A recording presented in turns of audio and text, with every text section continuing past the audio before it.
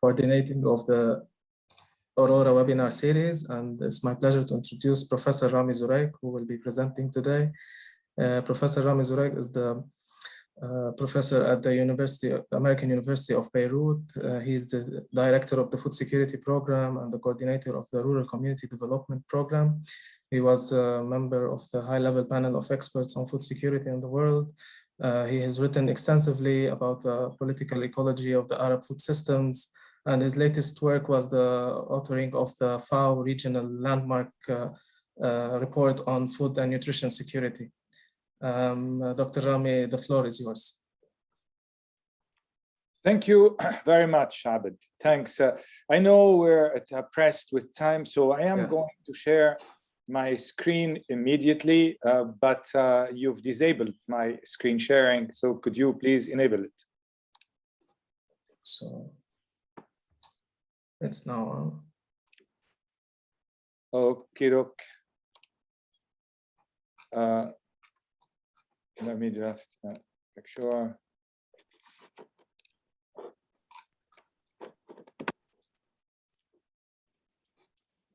Sharing. And here we are. I hope you can all see my screen. I'm going to put it on line. And first of all, I want to thank you all for inviting me to this very interesting activity with the Aurora group, of which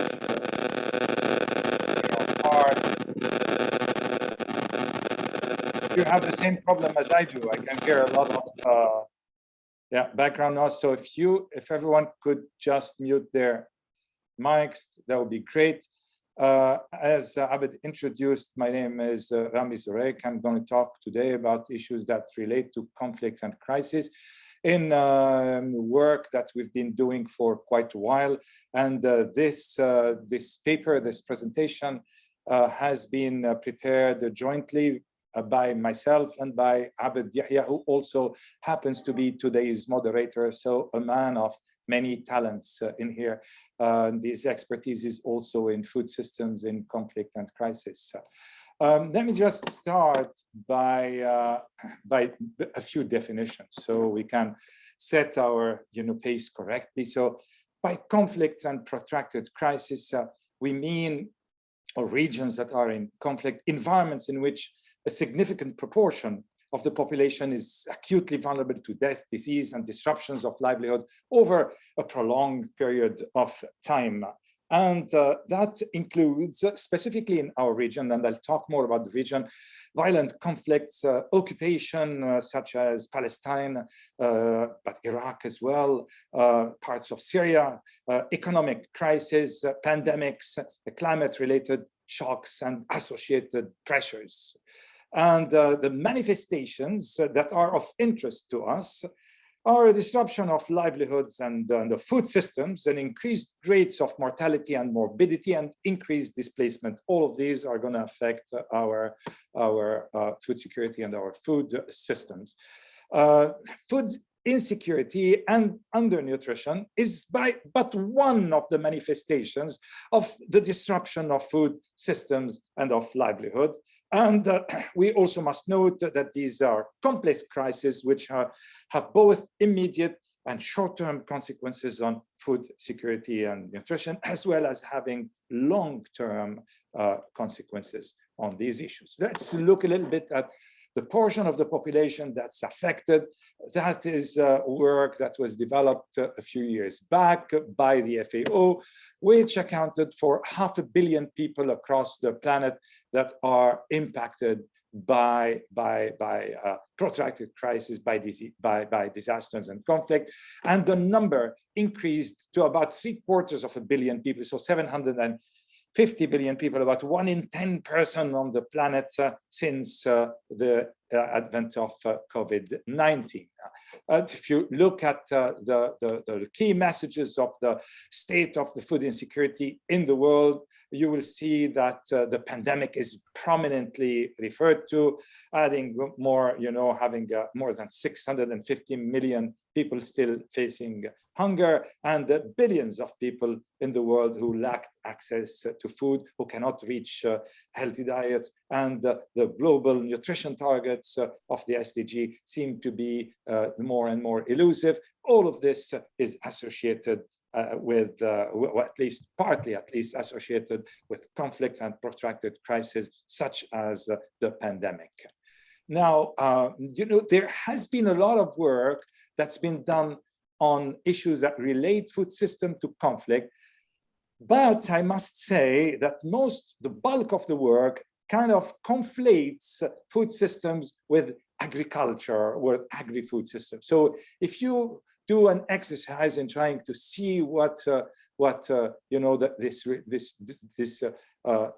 relationship between conflicts and crises, you will find that we're looking at very much agriculture being used as a proxy for food systems and being conflated with it. I have here a list. I can share this presentation. I'm not going to read through them, but you will find that if you summarize the literature, agriculture appears prominently as a shortcut for food systems, which of course, as we know, is not the case at all. Now, some of the negative synergies that are created through the interactions of climate shocks and conflict appears here in their impact on nutrition. Nutrition, which is one of our important indicators of food insecurity. And this chart here shows us where conflicts, climate shocks work together to cause an increase in acute malnutrition of children over 5 years, which is a reasonably good indicator of food insecurity. So not only do the crisis and shocks and protracted crisis and conflict lead to problems of their own, they also interact in order to increase the acuteness of those problems. Now, I am here not to talk about the general, the global, the world in general. I wanted to put forward some of the basics so that we can that's what helps us discuss what is coming next. I am here to talk about the Mediterranean area, but I won't talk about the entire Mediterranean area because that is beyond my specialty, and I doubt that this is anyone's specialty. What I can talk about to you, however, is about half the Mediterranean, a little bit more, in fact, but not in shoreline, but certainly in the general geography of it. I'm talking about the Mashriq and the Maghreb, which is the south and east shores of the Mediterranean, which appear here, from Gibraltar all the way to the north of Syria. All of this region is these are the southern and the eastern shores of the Mediterranean. They include usually Morocco, Algeria, Tunisia, Libya, Egypt, Palestine, Lebanon, Syria, and Jordan, which does not have a littoral on the Mediterranean Sea, is very often, because of climatic, because of economic reliance issues, because of continuity, is always or very often included among the Mediterranean area. Let me talk a little bit more about the geography of this area, because it's going to affect the relationship between crisis and protracted crisis and conflict and food systems. So that area is essentially desert and steppe, with a very, very small proportion of it as farmland. And the population is about 250 million, that's a lot. And more than 50% of it is under 25. And that is a lot of people. The youth unemployment is about 25%, which is high. Urbanization is extremely rapid. It has a GDP, a total GDP of about 700, less than 1 trillion, which is just, the GDP of all of these countries together is equal to the GDP of the Kingdom of Saudi Arabia alone. It has a very high level of inequality in income and resources. We can talk about this a little more in a little while, and low labor productivity generally. And it does suffer from a quadruple crisis in various, not all of them in the same country, but in various places. Conflicts, war, occupations, and all that comes with it. The COVID-19 pandemic, which is affected everywhere. Climate, because the region is in the eye of the storm when it comes to climate. And of course, an economic and financial crisis in many areas, Lebanon being the most prominent example in the current times. So one quadruple crisis that we have to deal with and look at the impact on the food system. How does it affect food system? How does it interact with them? And just a little bit more about this region. This is the summary of this chart is that you have a really rapid urbanization since the 60s all the way to 2016, where this chart stops in here. This is accompanied by a very significant decrease in the labor force in agriculture and a very sharp decline in the GDP from agriculture. Not wanting to conflate food systems with agriculture, but these issues, they impinge very strongly on food systems. The level of inequality between urban and rural population is tremendous. And the poverty is actually quite high.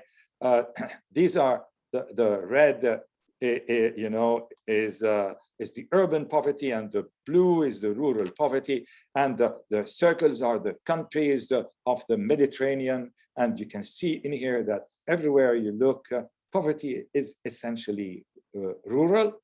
It is quite high if you compare it to Turkey in here, where poverty, especially urban poverty, is at is way lower.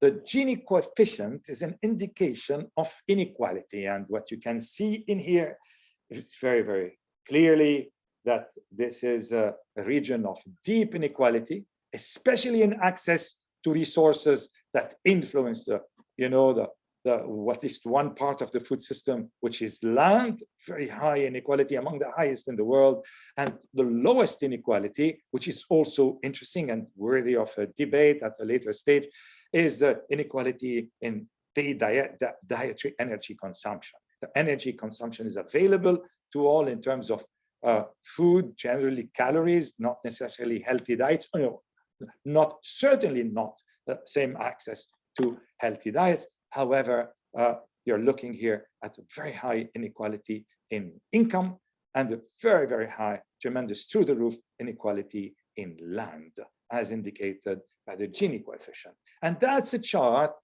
that's not for all the Arab countries, but you can see very clearly with the red stars in here that these are countries that have experienced crisis and conflict during the past 10 years. And you can see that every single one of them has gone through this experience. And therefore, that makes us want to look at the food system, or that makes us say we really cannot look at the food systems in all of these countries without taking into account the fact that they're constantly and continuously exposed to war, occupation, internal troubles, pandemic, economic crisis, and so on and so forth. This has implications, by the way. It has implication because in those countries, at the same time, the share of government expenditure in agriculture and defense are totally in balance. You can see here in Egypt that you have about 5% of the GDP is on defense, and about 3% is on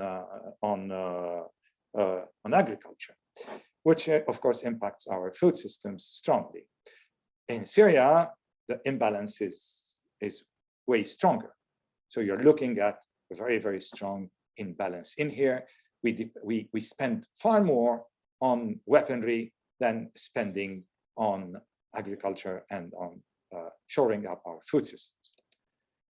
Now that brings us, of course, so why should we be spending money on food? Why should we be looking at food systems in here? Well, there is an Arab food question, because the country is a net food importer. There is a regional, an M&M, a Mashriq Maghreb food question.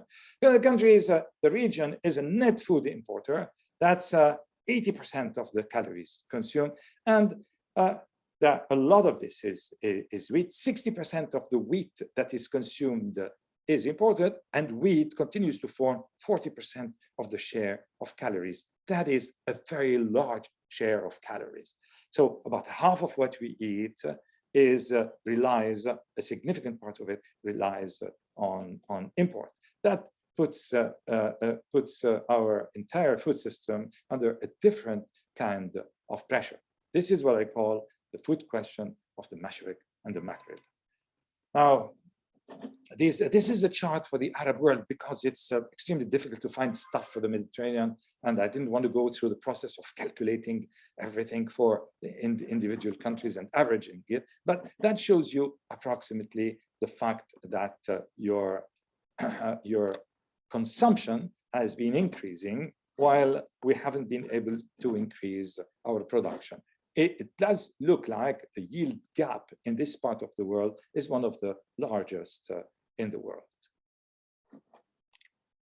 And this, of course, is associated with a very large agricultural water withdrawal as a percent of total renewable water. These figures are from FAO, and they do tend to indicate that in some places we are exceeding what is totally renewable, and in other places, such as in Egypt, in North Africa in general, and the Levant, so the Mashriq and the Maghreb, we're dangerously close to the maximum. Of course, these values differ from one location to another, and in some locations, we're in way more trouble than these charts show us. Now, this, of course, is associated with impacts on food security. They don't make the impact on food security, but it's associated with them. And it is interesting to see that since around the 2018, the prevalence of undernourishment in the entire Arab region has started to increase. And this includes, conflict countries. So these conflict countries, and again, this chart is about Arab countries because charts on the Mediterranean are not available, but they fairly faithfully replicate the situation in the Mashriq and the Maghreb. So the prevalence of undernourishment is increasing again, and this is due in part to the increase in conflict, in unrest, in pandemics, in economic crisis, and so on and so forth. So the gains that have been made in the past 10 years, we are losing those gains very, very quickly. Now, the traditional agri and food systems in the Mashriq and the Maghreb are interesting because they're, although the regions are different and the names may differ, they're not too different from each other.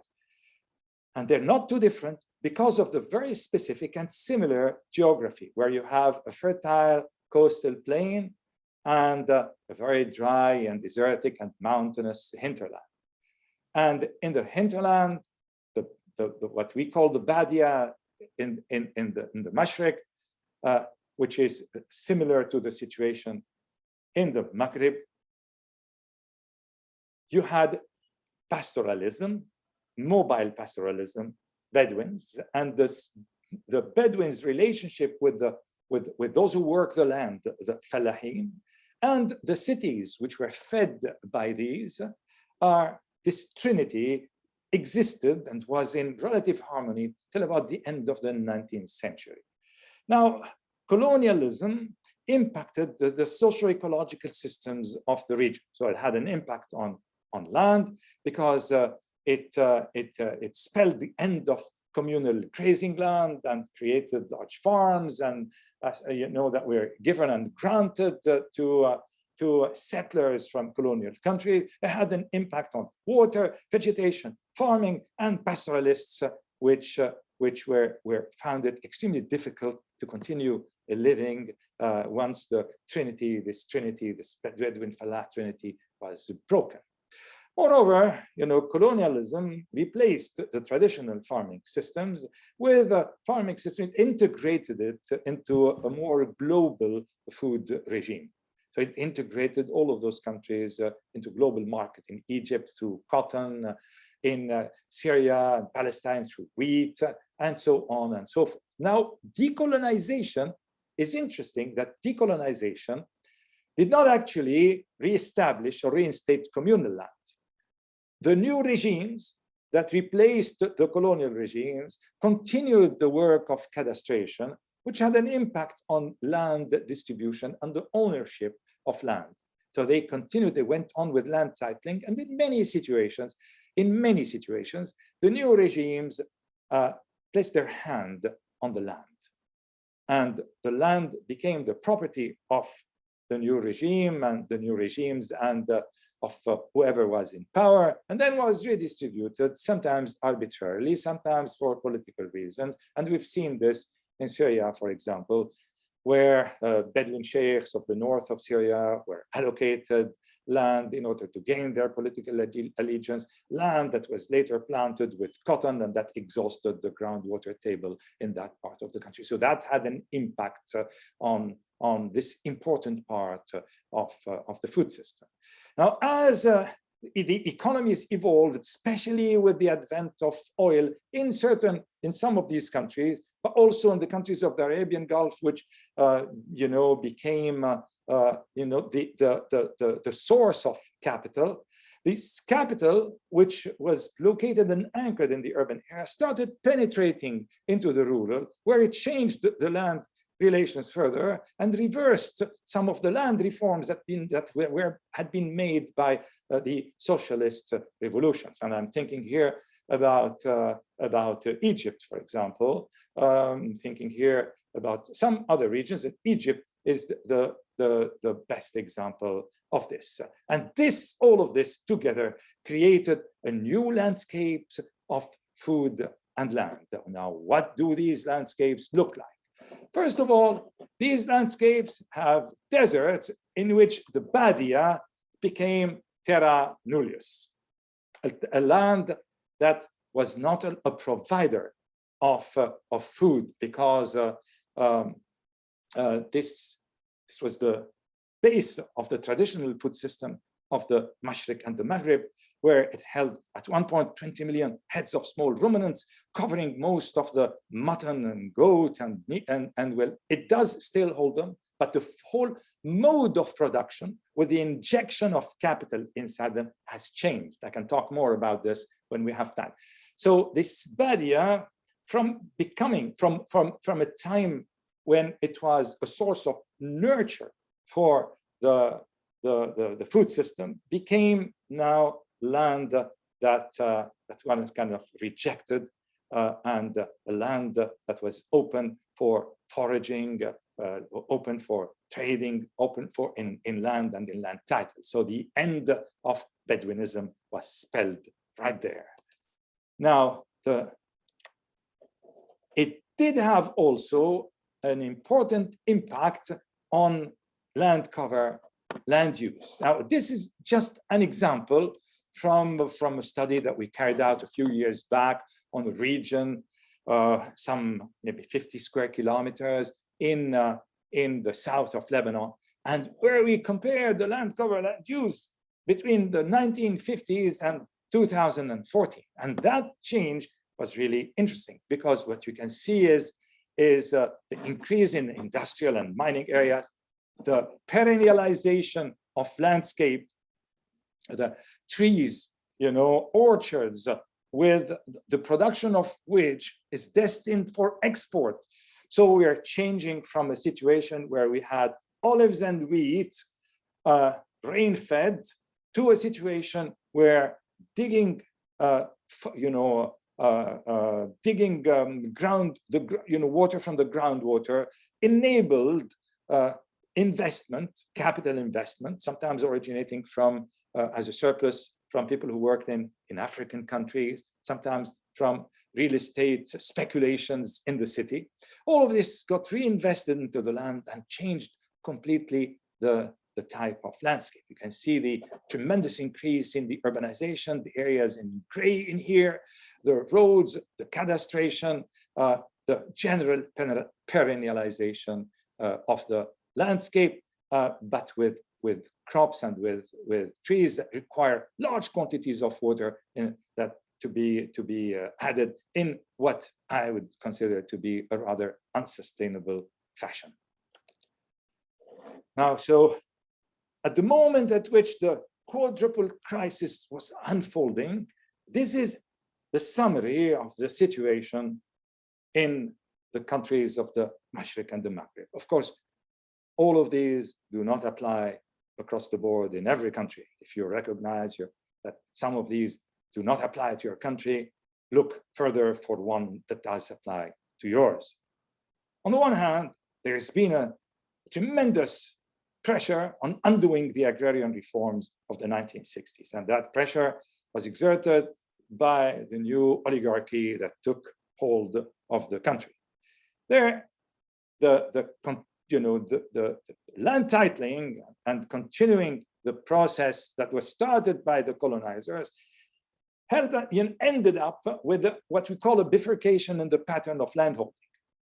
This means that a very small proportion of the citizen own a large share of the land, and the remaining land has to be shared among the vast majority of the population in very small landholding.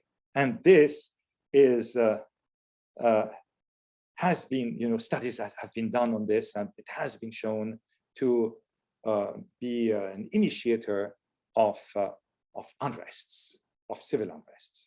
The state, under pressure from the global finance institutions, the Bretton Woods Club, disengaged further from agriculture and even from the food system in its entirety.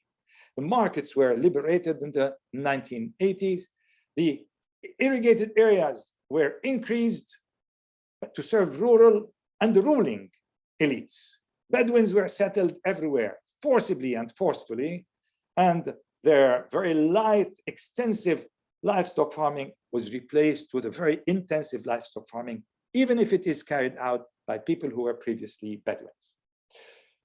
The countries adopted a conflicting narrative, a narrative of we want self-sufficiency in our countries. This is what we call this is important for our sovereignty. And at the same time, a narrative where they encouraged export-oriented farming. And I'm sure many of you in Morocco, for example, elsewhere, can recognize these issues in their countries. We can see them everywhere, in Egypt and elsewhere. The food that continued to be imported was subsidized, and that ensured the safety and the security of the ruling class. And that's why you can see that the inequality in access to calories is very low. It's because the coffers of the state were used to subsidize the import through importers who were part of the oligarchy, by the way. And that this ensured that the people were fed and that no significant unrest could be created there. The official discourse of food security in this country never relied on the true meaning of food security. It relied on food self-sufficiency, which is completely different. And of course, I hammer the point again, food subsidies are essentially used for political gain of the ruling class. If you look at the overview of food security and nutrition in our country, here in the Mashriq and Maghreb, you will find that conflict is the primary reason for hunger in the region. Undernutrition and deficiencies in children are of particular concern. If you look at the Arab state generally, you have at the same time hunger, obesity, and overweight happening at the same time concurrently. And generally, the food system of our countries has failed the citizen of these countries, not allowing them to obtain affordable, healthy food. Now, as the crisis continues to unfold, it is absolutely essential to protect food and nutrition security. Now, food and nutrition security is just one of the outcomes of what I call the long journey of food from seed to fork. And the map of this journey is also known as the food system. So now we're going to be talking about the food system, not just as a generality, the food system. We're going to talk about it as a system, and we're going to use a systematic approach that maps the journey of food from seed to fork, and the outcome of which is food and nutrition security. Now, what is a food system? That's an interesting, we absolutely need to pose that question because everyone seems to be asking this question, answering it in different way, in spite of the Food System Summit. So let me give you this definition, from the high-level panel of experts of which I had the honor of being part of. So a food system gathers all the elements, so environment, people, input, process, infrastructure, etc., and activities that relate to the production, processing, distribution, preparation, and consumption of food, and the output of these activities, including socio-economic and environmental outcomes. It's a socio-ecological system formed of biophysical and social factors linked through feedback mechanism. So I like this socio-ecological system approach because I think the Aurora is also focusing a lot of this. And as all systems, it is characterized by interlocked systems components. It has positive and negative feedback loops. It has a set of drivers prone to shock and stressors. This is the framework that I currently adopt. This is a framework that was, developed by both the HLPE and by Jess Fanzo's team. And it is available in some of the recent FAO publications, the one that Abd Yahya just referred to, and I strongly encourage looking at that. And that framework divides the food system into different components: the food supply chain, the food environment, individual level filter, consumer behaviors. All of these together give you diets, which has outcomes. Now, these outcomes can be environmental, they can be economic, they can be social, and they can be food and nutrition security. The food system is impacted by external drivers and determinants, some of which are biophysical and environmental, and among them, we have a pandemic or climate change. Some of them are political and institutional. This is where I place the impact of conflict, and some of which are economic and market, and this is where I place the issue of economic crisis. So you can see that our quadruple crisis in here impacts the determinants of the food system, which in turn impacts each one of its components and the relationship linking those components together. I wish I had more time to go into this, but I am certain that you're fully aware of this, so I'm going to go quickly through this. I can come back to it if you have any question on it. Now, how do we use this food system now that we've described it? In order not to leave this at the theoretical level, let's see how we can use a food system approach to understand and act on the impact of crisis. So the first crisis I'm going to use is the COVID-19 pandemic. And the question, the research question we pose is, what was the impact of the pandemic on Mashriq and Maghreb countries, and how did those countries respond? Of course, I do not have time to go through each of the different impacts, but I'm going to show you how we can use a food systems approach in order to unpack all of these impacts and look at them in more detail and use them in order to understand gaps in policy and plan for better policies. So the pandemic affected the entire food systems, and the intensity of this impact varied between conflict and non-conflict countries and rich and poor countries. Of course, countries that are a producer of oil and that have an oil-based economy were not impacted in the same way as countries that do not or that cannot have access to their oil and gas. There was a severe economic impact, total losses, generally in the Arab region. The total losses were in the order of 1.2 trillion, with expectations that more than 7 million workers lost their jobs. And there were also fears of unrest, and that is pretty common in Arab countries, the fear of unrest, and that probably explains why the military gets such a big share of the budget at the expense of agriculture.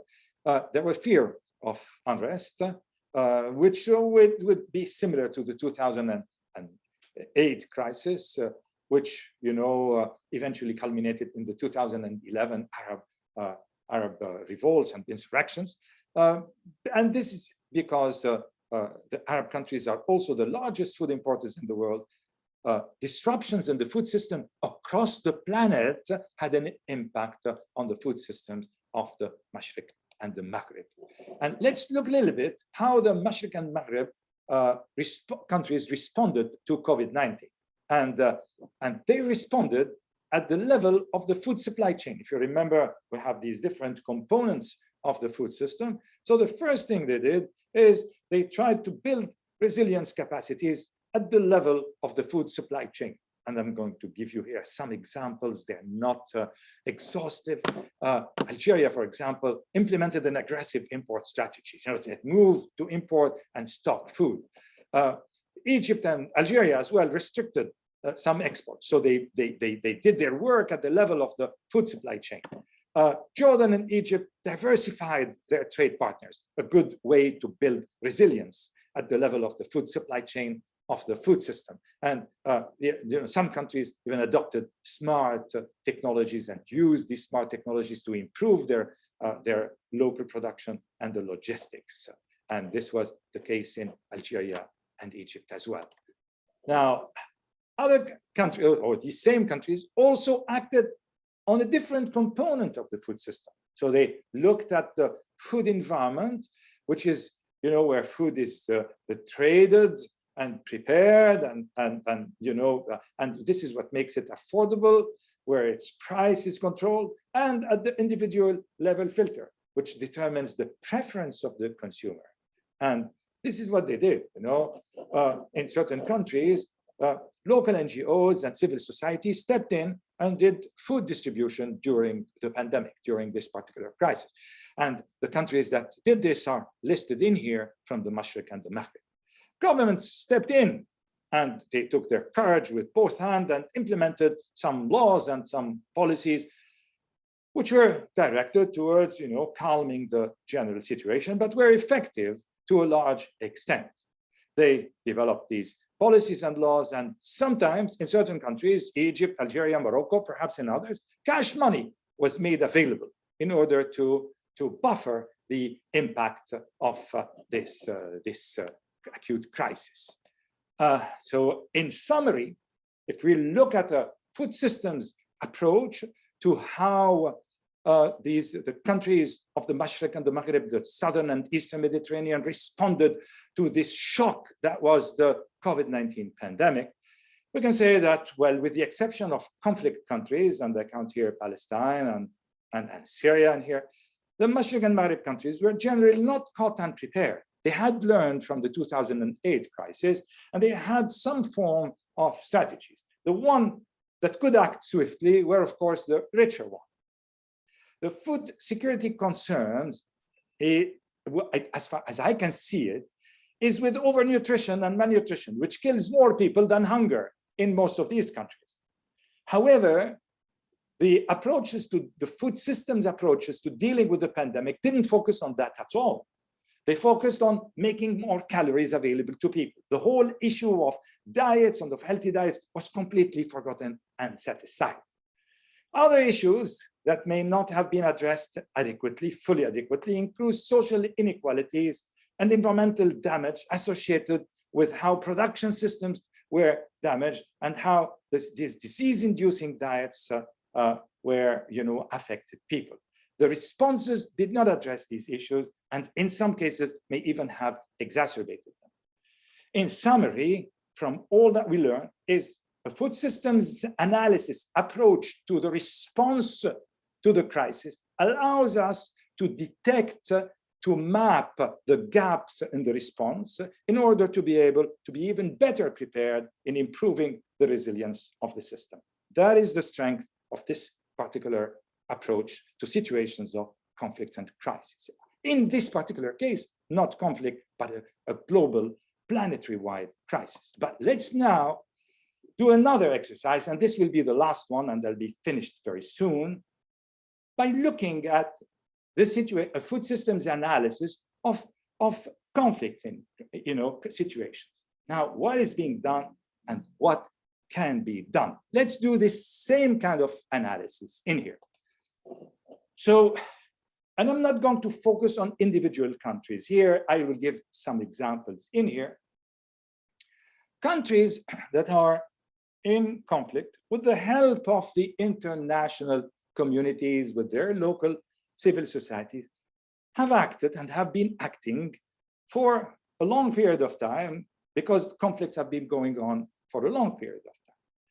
And addressing food supply chain, the first component of the food system, took the form of emergency relief food supply, so bringing food aid in, and also, an idea about addressing the food supply chain by improving small-scale agriculture, input supply, especially seed aid. We see a lot of this, and some kind of technical support. Now, it's interesting to remember that while the smallholder farmers make up most of the farmers in these countries and most of the poor in these countries, the area they plant is only about half of the total area, of the others being covered by investors and capital investments in global agriculture. So there were some issues with this way of addressing the food supply. For example, this food aid and the distribution of food aid can create or reinforce power imbalances and control over the most vulnerable population. That was seen in Lebanon in the 1980s. It's seen in Syria today. It's seen in Libya today, in which food aid distribution allows the passage of a certain political program or political process. The other thing is that it assumes that farming stops completely, but that's not the case. Farmers make opportunistic choices. They change completely. For example, in Lebanon, as conflict increases, there is a change towards what we call illegal crops production. So the conflict actually allows the production of more cannabis, which actually has a higher return, which allows people to spend more on food, and kind of balances out a little bit the issue of food security and nutrition. Not nutrition, certainly food security generally. In certain situations, this may have limited significance. The Algerian refugees from the Sahara conflict, have little gardens in which they produce in the middle of the desert a very infinitesimal part of what they consume. So this whole improving small-scale agriculture does really work very well everywhere. And in fact, seed aid may largely be a myth. And I will guide you here to Sperling and Maguire in Food Policy, which debunks completely and unpacks these myths about seed aid, which we continue to see quite a lot in Syria today, for example. Now, local purchases, in order to give emergency relief food supply may be extremely expensive. This food supply can damage local food system irreversibly, and this is why we saw in Iraq, for example, where the food system is ailing to try to recover. Of course, it's not a Maghreb country, but that's a good example of how it can do that. And there are also a lot of problems of scale and scalability in all of this emergency relief food supply, not enough money to give everyone. In improving smallholder, we can do one little project, we can't do it at the level of the entire country. So by and large, our attempts to influence, to impact the food system through the food supply chain in countries in conflict, they haven't been a great success. There has been issues with them in spite of the monitoring and evaluation report that are commissioned by the organizations that does the implementation that we keep hearing about.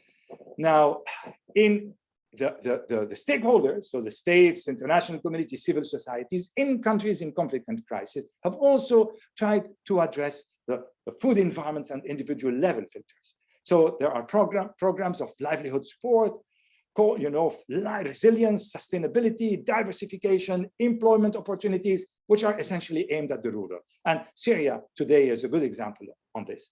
There has also been, there also an agenda driving export-led agriculture in order to bring in hard currency. And Palestine is a very good example of that. And this has, of course, deepened the food insecurity crisis for a number of reasons, which I can also get into later. There has been attempts at social protection, caste transfers. Syrian refugees in Lebanon and elsewhere are an example. Facilitating remittance, access to funding, that are some of the things that have been done. And there's been attempt at improving the food value chain, trying to get the markets to work a little bit better, especially in post-conflict settings. Now, all of this has been good, and there has been some successes with them, but there has been also some potential issues. For example, livelihood and jobs are often aimed at the rural, where they're conflated with food, food security with agriculture. And most of your people live, in fact, as we have seen before, in the urban areas. So that's been a little bit problematic when you think that supporting the food system and enhancing food security and nutrition in a certain country works through making people produce more in a country where most of your people are living in an urban setting. And this, of course, means nothing to them. It's justifiable that poverty is essentially rural, but it's not fully justifiable because a lot of poverty and a lot of places where internally displaced people go are cities. Cash transfers are very good, but there are problems with targeting, and these problems have been widely acknowledged and reported, so I'm going to leave it at that. Now, all these projects emerging from short-term emergencies, they never evolve into long-term projects that are needed for value chain improvement. And Lebanon is one of them. These projects end in 3 years, and then after 3 years, we declare everything finished. We do an evaluation mission that shows us that everything's been fantastic, and this is where it ends. And in Palestine specifically, when you link people to the global market, the small producers of Gaza, for example, also of the West Bank, become pawns in the hand of the occupying power, which can lock the gates of export whenever it needs. And this is an extremely pernicious impact of this approach. Now, other things that have been done is through addressing diets. WFP has done work on this. There is currently an attempt to do that, but by and large, the issue of healthy diets associated with in conflict setting and post-conflict setting is brushed aside for the present time. Potential issues that are associated with this, these projects are not integrated in spite of their implications on food and water and diet. So, you know, Gaza is an example of this. The West Bank is an example of this. Lebanon is an example of this. And I wait to hear from the audience about examples from North Africa. There are poor health status of the population that's being reinforced by calorie-rich versus nutrient-rich trends that accompany this emergency situation in post-conflict settings. Another issue that's been addressed is the issue of resilience of the food system, a term we're hearing a lot these days, and I'm as guilty as anyone of abusing this term. But there are limited efforts in this dimension. There's been limited because it requires a commitment beyond the war, an ex-ante commitment, and it requires also long-term support. There's been some initiatives in kind of early warning systems addressing climate, the climate conflict nexus, and the use of IT with this, but all of this is still in very early infancy stage. And there are problems of equity in the availability of IT. There's problems that it relies on existing structures, and also that it requires multi-sectoral commitment, which is, if you've worked in this area, extremely difficult to achieve. I will go quickly through this slide, but it's an interesting, because the development community has kind of a vision, you know, of what needs to be done in order to build resilience to conflict in food systems. And it has a long list, and I will mention a few of them. So community-based initiatives, so you bring in, you know, the big, let's work at the level of the community, and that is going to ensure that everything is going to work. Institutional capacity building, that's a term that we keep hearing. Climate smart technology. So it does sound that there are a lot of sound bites in this. Reducing food price volatility, reforming the food systems, increasing job opportunities, addressing root causes, livelihood combined with political processes, accountability, supporting local civil society, all of this, these few points that are in here, you know, just make your pick, put 5 of them in any post-conflict recovery proposal, and you're almost sure to get it. But the reality check shows us that that's a really ambitious agenda. However, enhancing the resilience of food systems in post-conflict settings is a political process, and it's not disconnected from the political patrons of development agencies. So a lot of the development agencies that come to work in conflict countries have, on one hand, you know, a piece of bread that it wants to offer the local people, and on the other hand, it has a button, a finger on the button that launches the drones attacks on that same country. And this is not reconcilable.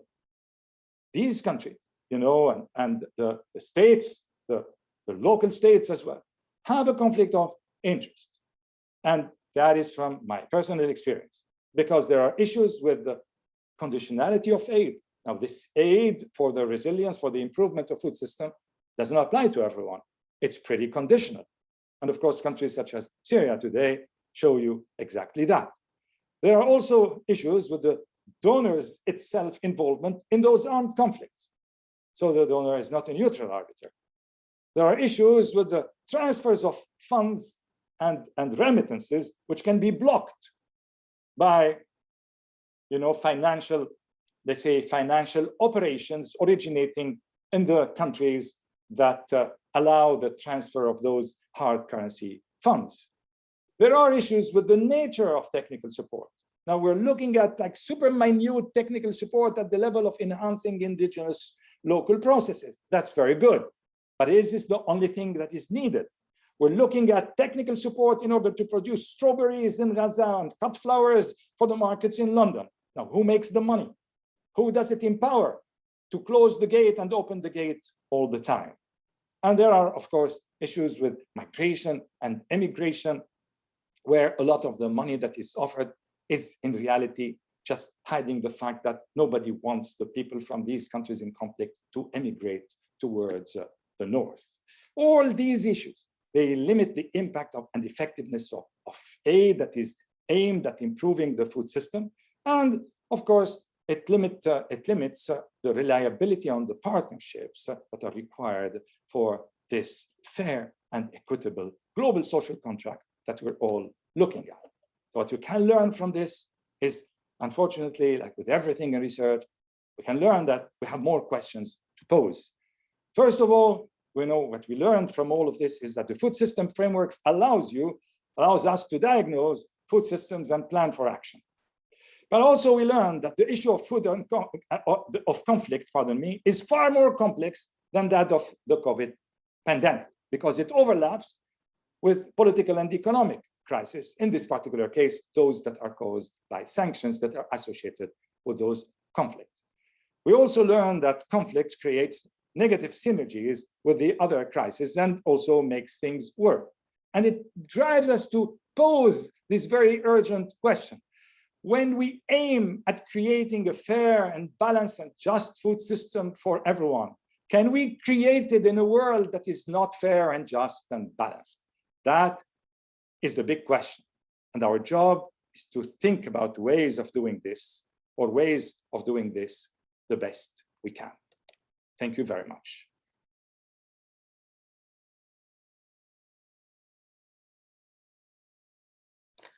Thank you, Dr. Rami. I open the floor for questions, and if anyone has a question on the chat, I can read it out.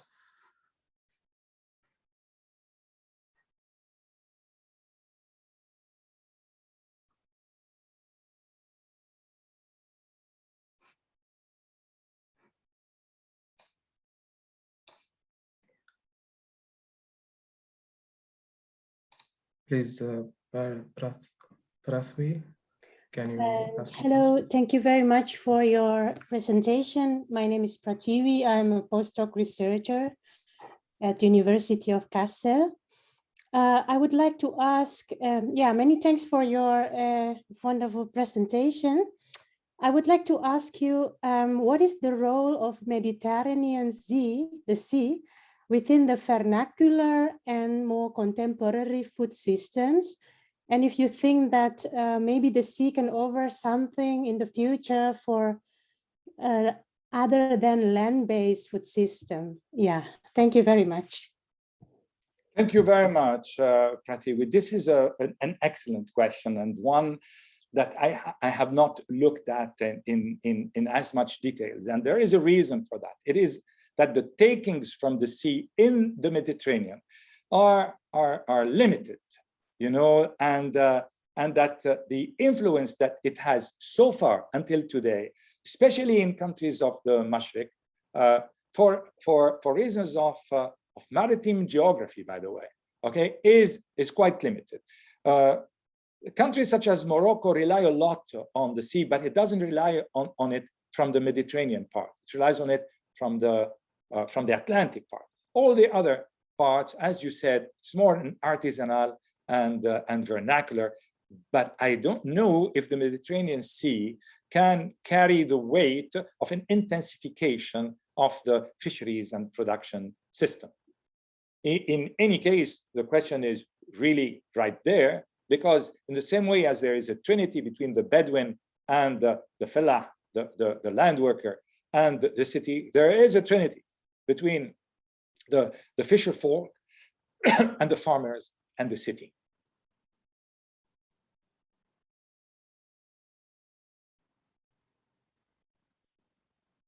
There's a question from Dr. Ben Nasser, please. Thank you. Thank you, Professor Zurayk, for this very interesting and enlightening presentation. I will add just a few comments on our experience in Morocco. Morocco has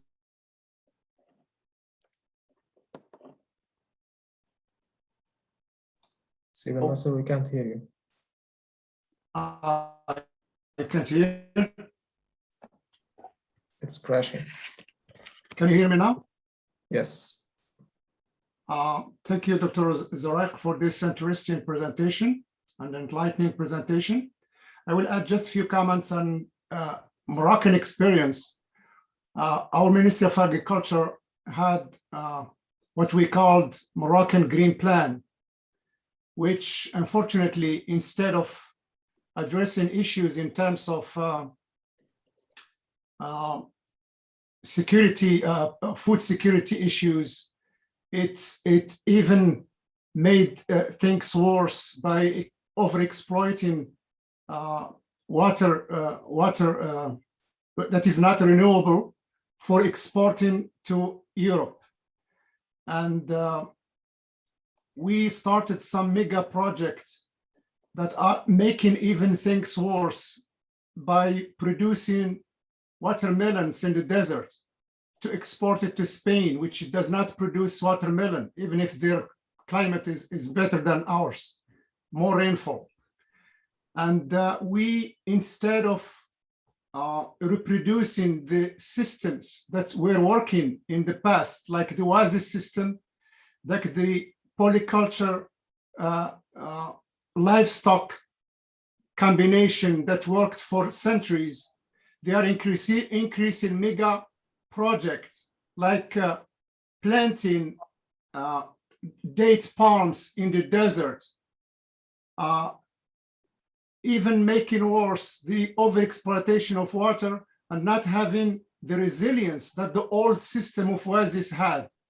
So I will end us here. So things are making our ministry, unfortunately, instead of using our knowledge, we know the systems, we know exactly what it is needed, but they are not engineers and technicians are taking the decisions, but people from outside who doesn't know anything about our system and our needs. Thank you. Thank you very much, Steve and Nasser.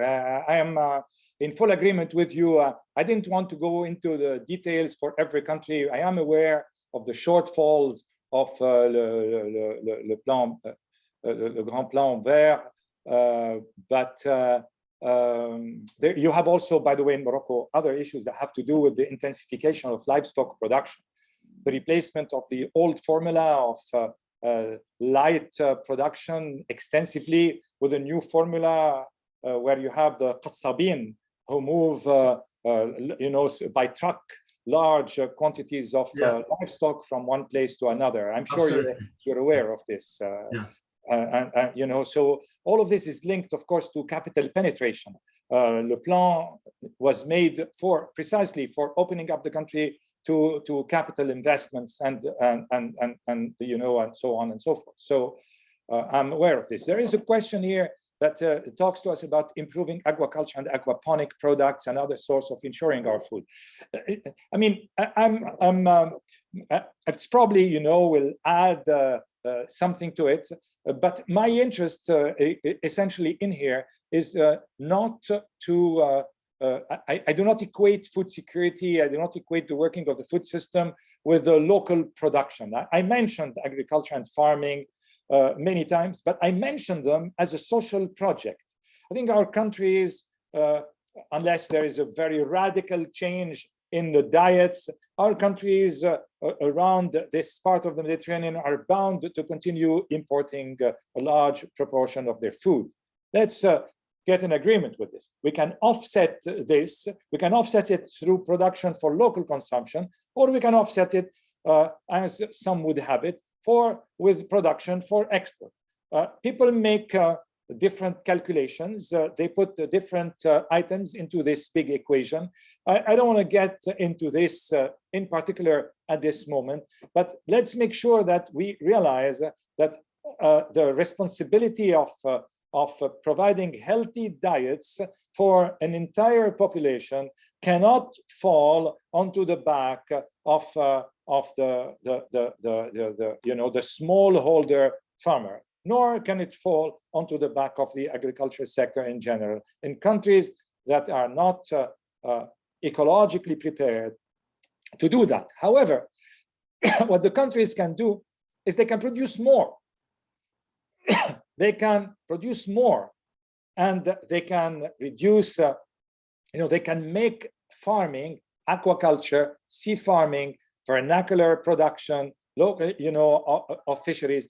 They can make them not only into a food production and a consumption project, they can become a social project and an ecological project as well. And this is where the food system approach allows you to identify the ecological, the economic, and the social outcomes of the operation of the entirety of the food system. It is not only about the consumption of food.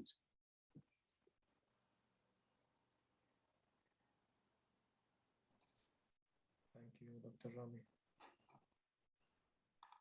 Are there any further questions? By the way, I've sent you all the presentation on the chat. Renata? Yes, thank you very much, Professor Zurayk, for this very interesting presentation. I'm a PhD student at Castle University, and I would like to hear your opinion about the role of regional governance towards food security in the Middle East, because in your presentation you have mentioned, I don't know if this is the right wording, but Western or based solutions for the problems here in the region, and the inputs from international aid and the different solutions that are put forward here in the region.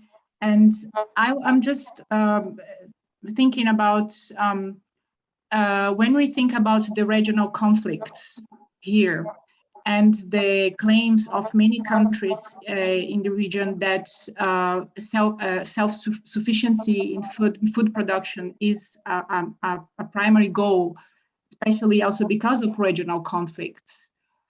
I'm thinking about, I start asking myself, is there a possibility, or how do you see the possibility or the chance of regional cooperation thinking about food security, or just in general about this topic? I would like to hear your thoughts. Yes, thank you very much, Renata. Let me just start by stating again that the biggest problem of affecting food security in our region is not hunger. It is overeating of the wrong kind of things. Overeating nutrient, calorie-rich foods as opposed to nutrient-rich food. There is no doubt about that.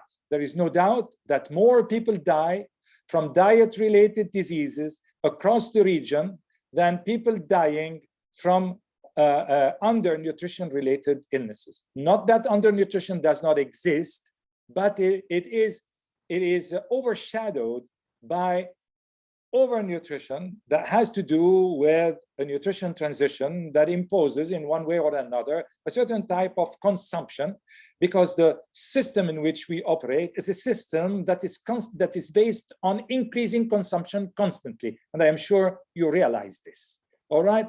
So our approach to food security, our approach to food security should be an approach that takes this fully into account. Now, once we've said that, I will go to what I understood your question to mean. I understood your question to mean, is there a chance that through regional integration, these countries can produce sufficient food to feed themselves and therefore be away, steer away from the global pressure that can be applied on them for political reasons? In other words, how can they deal with this issue of control food, you control people, control oil, you control nation, which is Kissinger's alleged famous saying?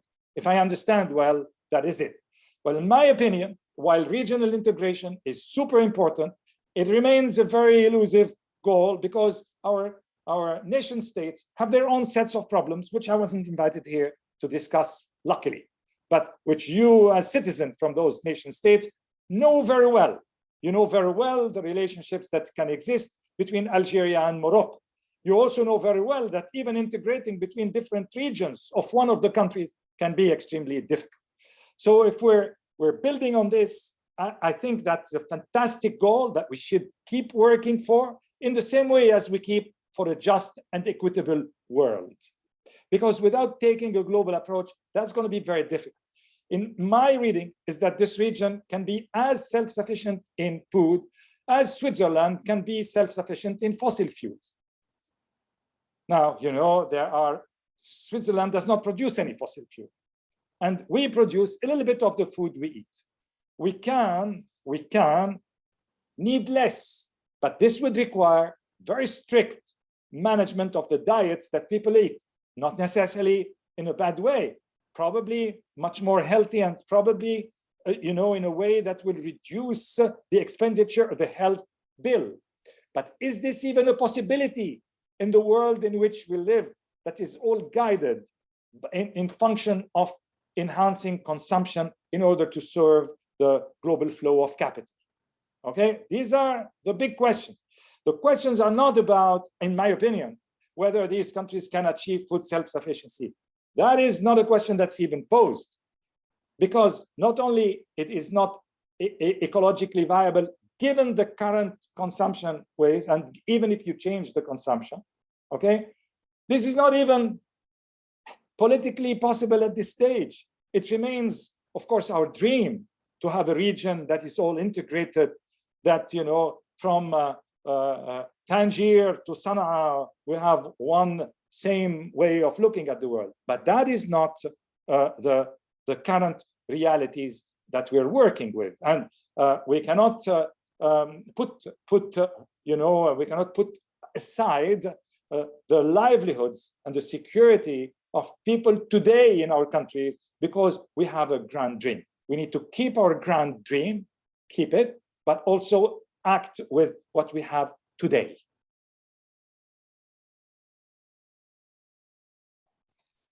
Thank you again. I think we are a bit above I time, have here but there's Rachel Bond. yes. So hi, Rachel. And then any knowledge or prediction about environmental messaging for agri-food system in the run-up to the next COP meeting this fall? Will agri-food system be a larger target for change after the UN Food System Summit? Okay, so like my reading of the Food System Summit is that it was underwhelming, you know, and it was rightly opposed by the food sovereignty movement. Not that this movement does not have its own issues, but it was rightly opposed as wanting to bring in large corporations to be part of the solution, et cetera, when they were part of the problem. And there is fear then that the UN Food System Summits will pave the way to greenwashing for a lot of the corporations. We're seeing a lot of them adopting now sustainable production methods, or even deciding what is sustainable and what is not, you know, in the world. So like when Bill Gates starts to decide what is sustainable and what is not, given the tremendous footprint of you know, Microsoft, that sounds a little bit odd. I think that climate smart has become you know, something that it's a household name now, and it's one of the issues that are in the list of what international organizations, international donors want to see implemented in the region. And the reason for this is of course climate and not people. I'd like to see a people smart approach. There you go.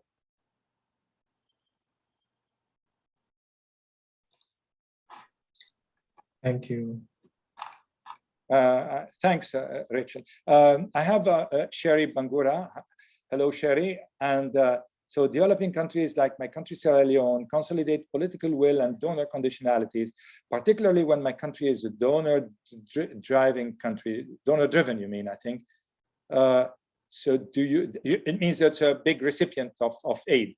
Do you agree that donor conditionalities have an impact on food insecurity in developing countries? I mean, I can't speak for all developing countries, but you seem to know you seem to know your stuff for Sierra Leone. We can talk about this later.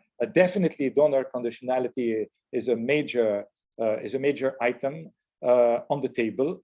At various levels of the politics, in setting the agendas, in setting the word, in setting who the recipient can or cannot be. That is definitely and for sure. But don't forget that in order for donors to operate into any countries, so that we don't lay the blame only on donors. Donors do what donors have to do. You know, this is their job. That's what they are. They use finances as soft power in order to bend an agenda in one way or another. That's what they do. You don't want them, kick them out. That they cannot operate without being, let's say, without having, without conniving, you know, without being welcomed by some local power individual structure that also benefits from their presence as donor. So the countries, the recipients are or at least those people who are aware of this and who are part of this donor-recipient game are as I don't want to say guilty, but as responsible for any negative outcome as the international community itself. Without local people on the ground who are benefiting from this, donors cannot achieve their goal, whatever this goal may be.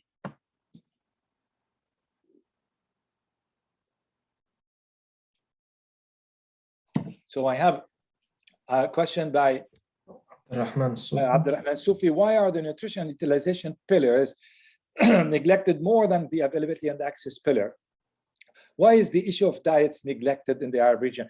You know, Abdurrahman, it's true that it is largely neglected, but then again, it was neglected in the international community till about 4 or 5 years. There is a lag, and this lag is driven by a number of reasons. It's driven by just a normal regular knowledge lag, because knowledge is hardly produced in the region. It's mostly important and adapted, and it needs to permeate into the policy-making structures, which it is still doing in most of the countries with a developed economy, or the rich countries in the world. It's still in this process. And the other issues is that poor diets are driven by consumption. Imagine today if you could reduce the food bill by 50%. What does this mean? It means that there are countries that export food to you, and there are individuals in your country that import the food, and that import phenomenon is pretty concentrated into the hand of 4 or 5 people who are going to lose 50% of their market. Do you think they're going to do that easily? Do you think they're going to accept this easily? Well, I don't think so.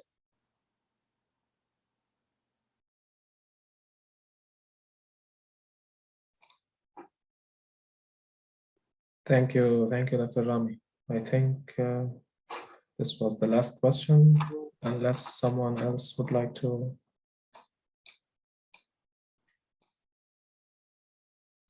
Okay, thank you. I think we'll conclude this webinar. It was a bit over time, but I would thank everyone who attended and who registered. We had many who registered. Everyone would be able to see this recording on YouTube soon.